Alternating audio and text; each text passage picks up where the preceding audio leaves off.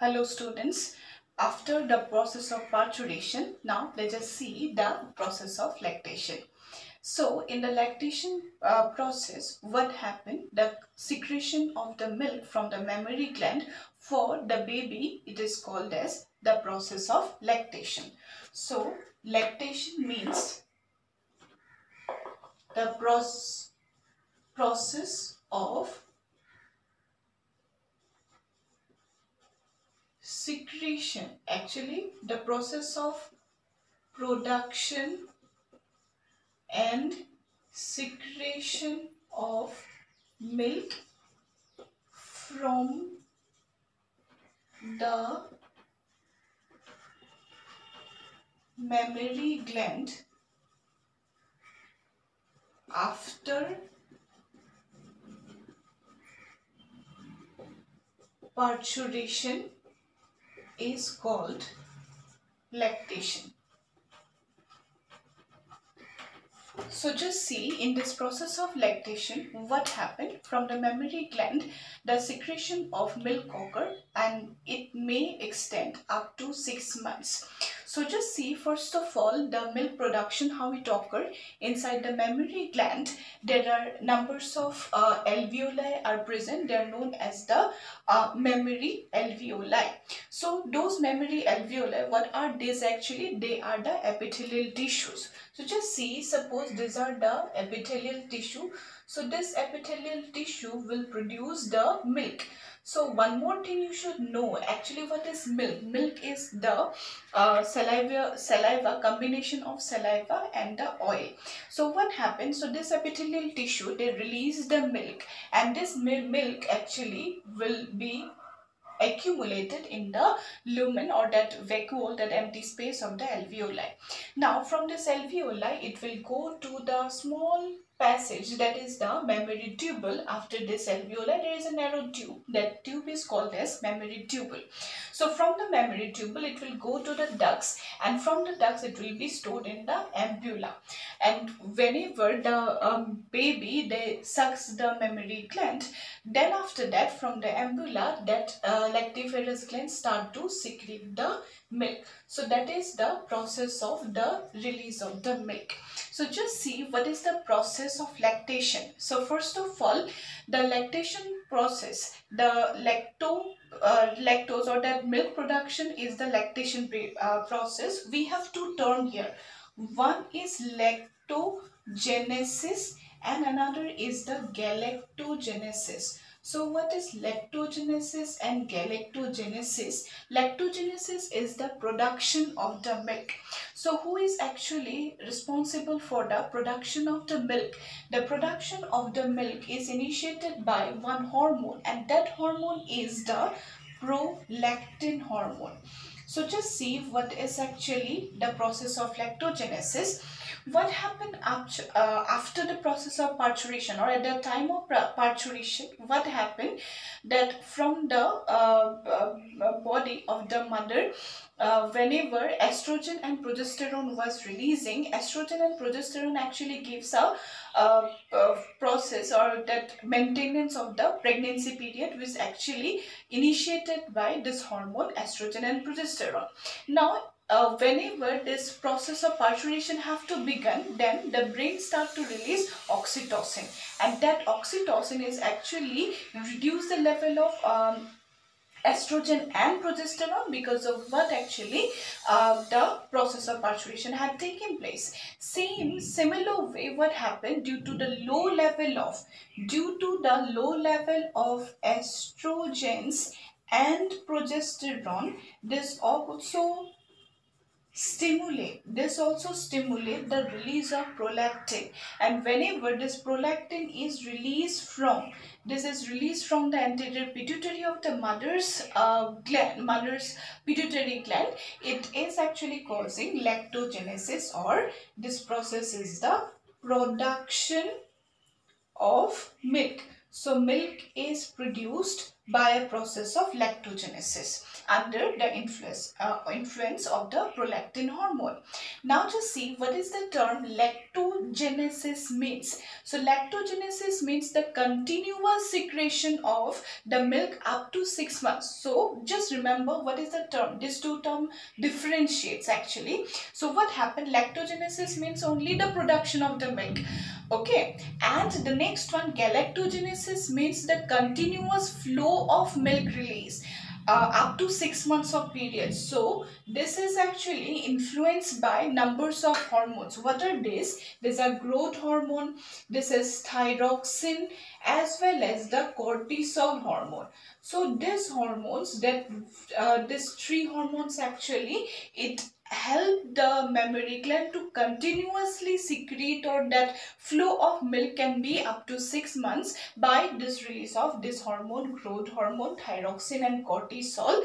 That is actually the process of galactogenesis. So this galactogenesis actually influence the mammary gland to continuously flow the milk that is up to 6 months. This is known as galactogenesis. See, the continuous flow of milk up to 6 months. Up to 6 months, this is known as galactogenesis. So just see the differences. Lactogenesis means production of the milk and galactogenesis means continuous flow of milk. Lactogenesis is under the influence of the hormone prolactin, and galactogenesis is under the control of growth hormone, thyroxine, as well as cortisol hormone. So these are the differences between lactogenesis and galactogenesis. Now just see how this milk is secreted. So just see, there is another hormone which is responsible for the secretion of the milk. So what happened? This milk is ejected. So milk ejection from this part, that is from the lactiferous duct. How this milk is secreted? It is actually by the two control. One is hormonal control and another is the nervous control. So by the emotional, or also we can call this as the emotional control. So whenever the baby is crying, suppose the mother's mammary gland is sucked by the baby, at that time mother's pituitary gland release the hormone that is oxytocin.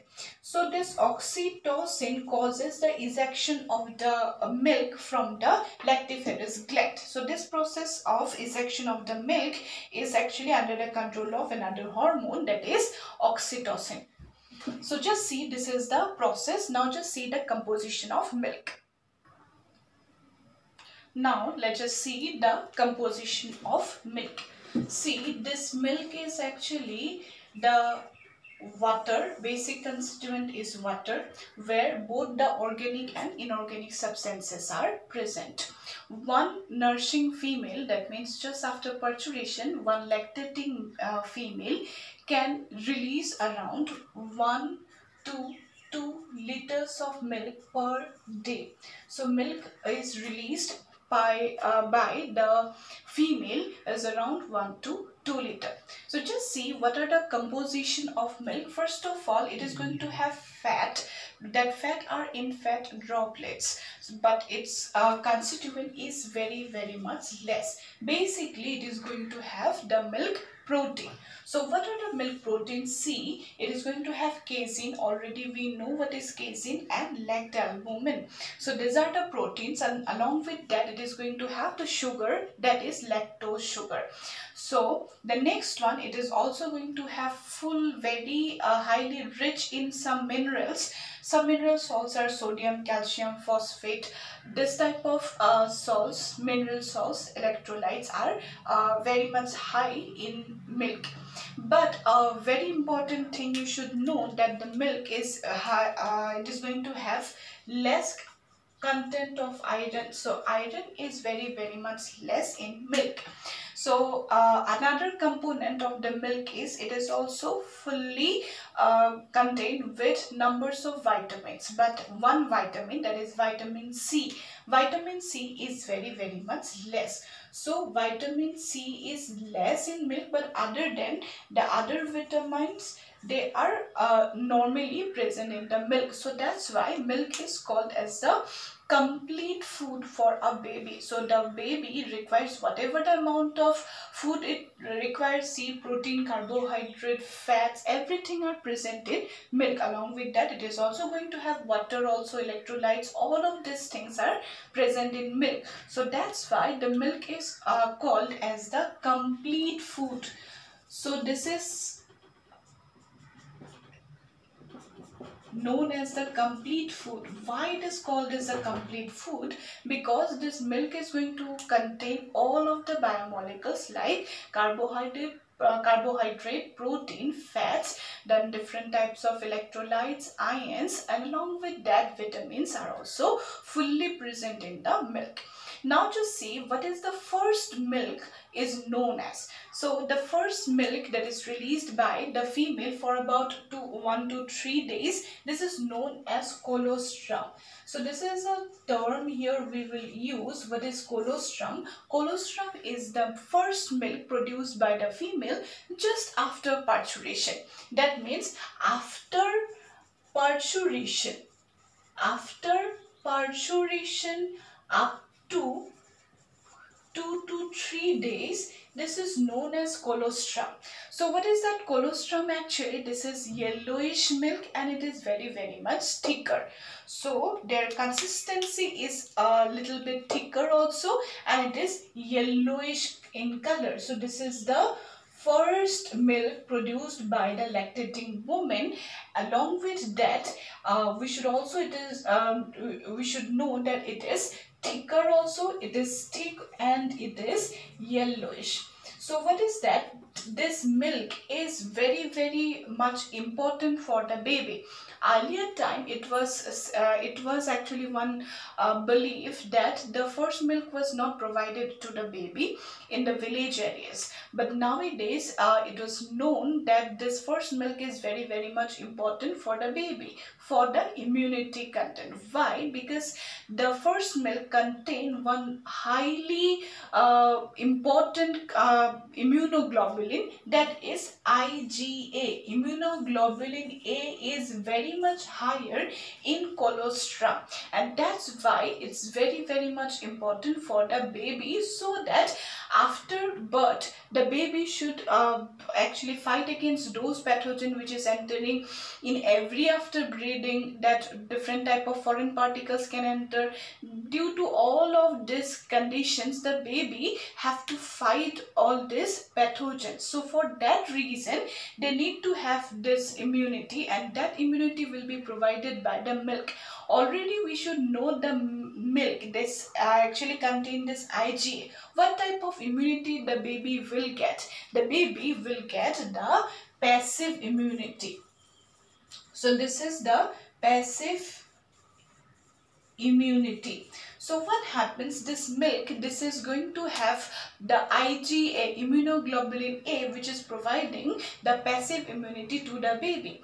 Already we should know, already we have discussed this thing, that another type of immunoglobulin that was transplacental, which can pass actually from the mother's blood to the fetal blood via the placenta, that is IgG. So immunoglobulin G was entered during the time of pregnancy, and after the parturition process, in lactation period, the milk, along with the milk, the another type of antibody IgA, immunoglobulin A, have also entered.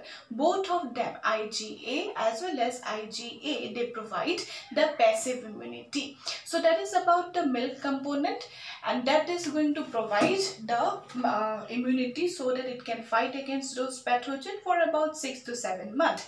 Gradually those type of antibody will start to decrease, and after that the baby will produce their own antibody and develop its own immune system by itself. So this is about lactation. In this next video, we will see some type of disorders related to the pregnancy and parturition and all these processes. Thank you.